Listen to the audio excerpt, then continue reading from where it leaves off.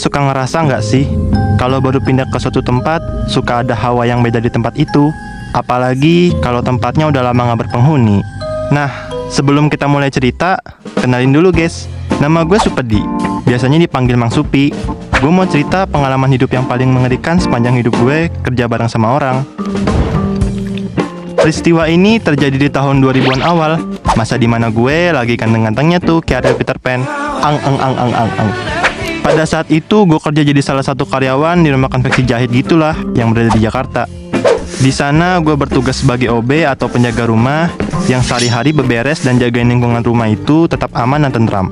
Tapi sebelum kita pindah ke Jakarta, rumah konveksi ini awalnya berada di Cirebon. Karena pemiliknya pindah ke Jakarta, otomatis rumah jahitnya juga ikut deh ke Jakarta. Gue dan beberapa karyawan yang udah lumayan lama kerja sama beliau diangkut juga lah ke sana. Awal pindahan ke Jakarta, gue seneng banget karena rumah yang dipakai di sini itu lebih luas dan kota banget lah. Mau main kemana-mana juga gampang. Nah, di rumahnya ini ada ruangan luas yang dijadikan tempat buat produksi gitulah. Ada meja jahit berjejer panjang menuhin ruangan. Di setiap meja masing-masing di atasnya ada lampu gantung warna kuning.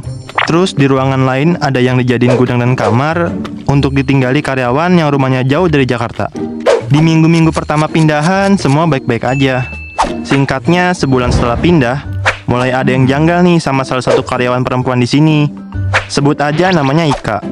Dia ini perantau dari Cirebon, yang kebetulan tinggal di mes yang disediain sama owner kita. Ika ini dikenal sebagai orang yang ramah, baik ke semua orang dan suka berceloteh gitulah.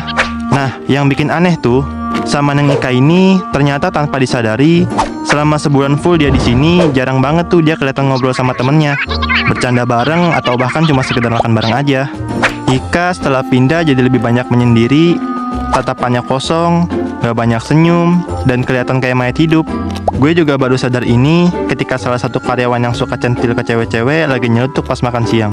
Si Ika jadi sombong, pas pindah ke Jakarta, dah jarang dia ngobrol-ngobrol lagi sama aku. Padahal dulu mah tiap hari bercanda terus kita. Gue yang denger itu juga jadi ikutan sadar. Lah iya juga ya, biasanya dia tiap ketemu nyapa gue terus. Ini udah gak pernah sama sekali, kata gue dalam hati. Sampai suatu malam sekitar jam 11 malam, gue lagi ngecekin beberapa ruangan buat mastiin semua mesin dan segala alat yang dipakai udah diberesin sama karyawan. Gue keliling rumah tuh, semua karyawan udah pulang, gudang udah kosong, halaman depan juga sepi. Tapi gue kayak masih dengar suara mesin jahit yang nyala nih dari ruang kerja. Gue pikir mungkin masih ada yang lembur kali ya, ngejar target. Biasanya gue kalau ada yang lagi lembur suka nyamperin mereka buat sekedar nyapa dan ajak ngobrol sebentar aja biar nggak ngantuk. Karena